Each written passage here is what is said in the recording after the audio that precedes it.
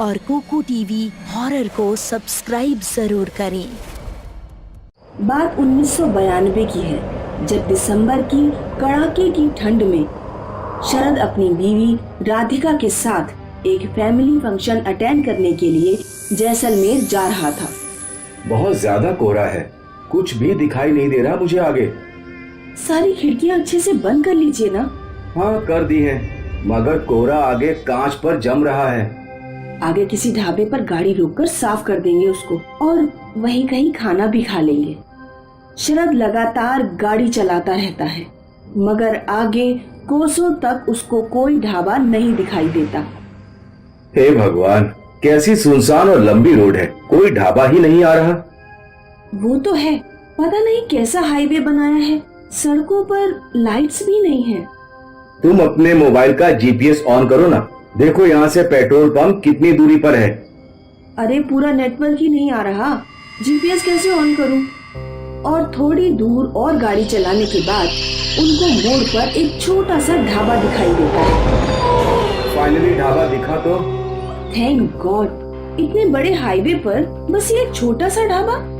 कोई बात नहीं, अब मिल गया ना, चलो कुछ खा पी लेते हैं। शरद और राधिका दोनों गाड़ी से उतर जाते हैं और ढाबे की तरफ आगे बढ़ते हैं। सुनो, इस ढाबे में तो कोई भी नहीं बैठा, कुछ अजीब नहीं लग रहा? तुम भी ना राधिका, इतनी तेज ठंड में कोई क्यों ट्रेवल करेगा हमारे जैसा? मगर अरे ज्यादा मत सोचो। साहब क्या लोगे? एक दाल तड़का और 4 चपाती, और हाँ जल्दी लेकर आना।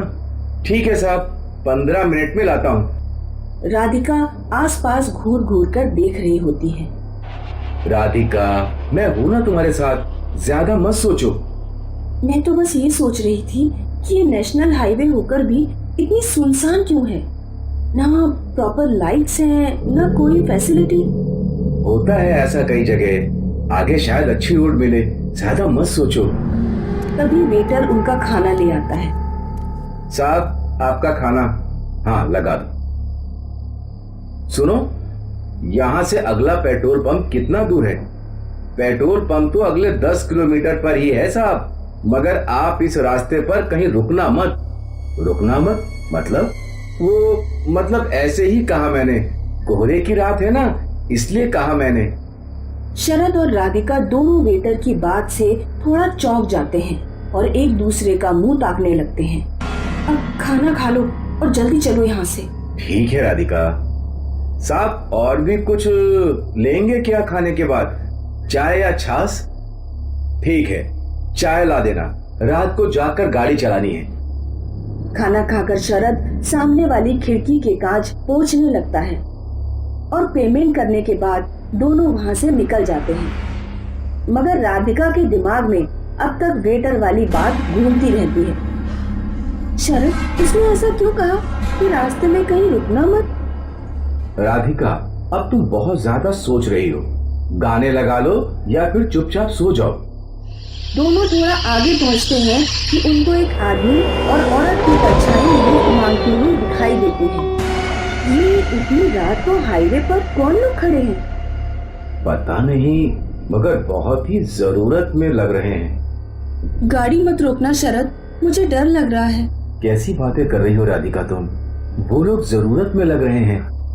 राधिका शरद को गाड़ी रोकने से मना करती रहती है, मगर शरद उसकी बात नहीं मानता और गाड़ी उन दोनों के सामने रोक देता है। खिड़की के कांच को नीचे करके उनसे बात करता है। कौन है आप लोग और इतनी रात को यहाँ क्या कर रहे हो? जी मेरा नाम विक्रम सिंह है और ये मेरी बीवी कनिका है। क्या आप हमें पास के गांव में छोड़ देंगे? शरद उन दोनों को गौर से देखता है। उसकी बीवी घूंघट में होती है। रहने दो शरद, मना कर दो। राधिका, कैसी बात कर रही हो? और इतनी रात को इमरजेंसी में ही खड़े होंगे ना? आप मेरी बात क्यों नहीं सुन रहे हो? मगर शरद राधिका की बात नहीं मानता। ठीक है, आप दोनों गाड़ी में बैठ जाइए, मैं आपको अगले गांव तक छोड़ दूंगा। दोनों गाड़ी के पीछे की सीट पर बैठ जाते हैं। राधिका बहुत ही घबराई हुई होती है और शरद उनसे बातचीत चालू कर देता है। वैसे आप लोग इतनी रात को यहाँ क्या कर रहे थे? आप सुबह भी जा सकते थे ना? नहीं, वो हमारी गाड़ी का एक्सीडेंट हो गया था, इसलिए हम यहीं खड़े रहे। अरे एक्सीडेंट? वो कब हुआ और कैसे हुआ?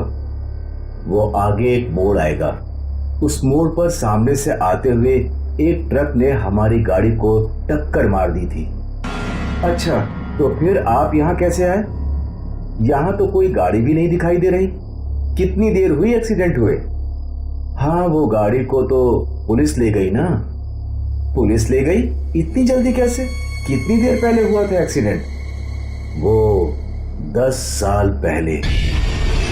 10 साल पहले सुनते ही अचानक शरद की गाड़ी का बैलेंस बिगड़ जाता है और वो चौंक जाता है।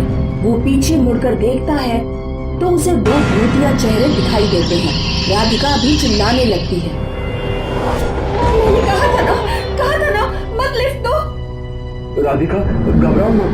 तो क्या करूं अब? शरद गाड़ी के मिरर में देखता है तो उन दोनों का रूप पूरा बदल चुका होता है और दोनों जोर जोर से हंसने लगते हैं। क्या चाहते हो हमसे? हमने तुम्हारा क्या बिगाड़ा?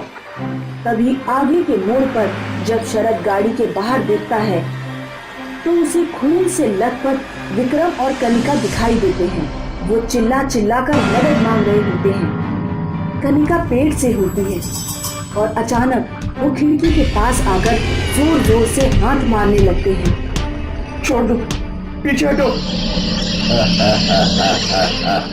कैसे पीछे हट जाऊं?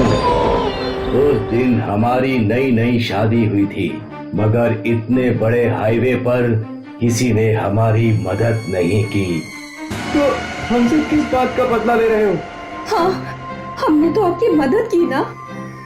तभी पीछे से कनिका राधिका की गर्दन पकड़ लेती है। चुप कर, तुम्हारे ही जैसा कोई बंदा हमारा एक्सीडेंट करके चला गया था और हमारी किसी ने मदद नहीं की थी। मेरी गर्दन छोड़ दो, शरद बचाओ मुझे। शरद बहुत तेज गाड़ी चलाने लगता है और आगे मोड़ आता है। शरद और राधिका खुद को बचाने की बहुत कोशिश करते हैं, मगर कनिका और विक्रम उनकी गर्दन पर वार करके उनको मारने लगते हैं। नहीं, मत मारो मुझे। बड़े दिनों बाद कोई फंसा है आज। मैं छोड़ूंगी नहीं तुझे। तेरे खून से मैं वापस अपने आप को जिंदा कर लूंगी। शरद और राधिका दोनों तड़प तड़प कर मर जाते हैं। थोड़े दिनों बाद एक और गाड़ी वहां से गुजर रही होती है और 2 परछाई उनसे लिफ्ट मांगती हैं और हम देखते हैं कि वो लिफ्ट मांगने वाली परछाई अब शरद और राधिका बन चुके होते हैं।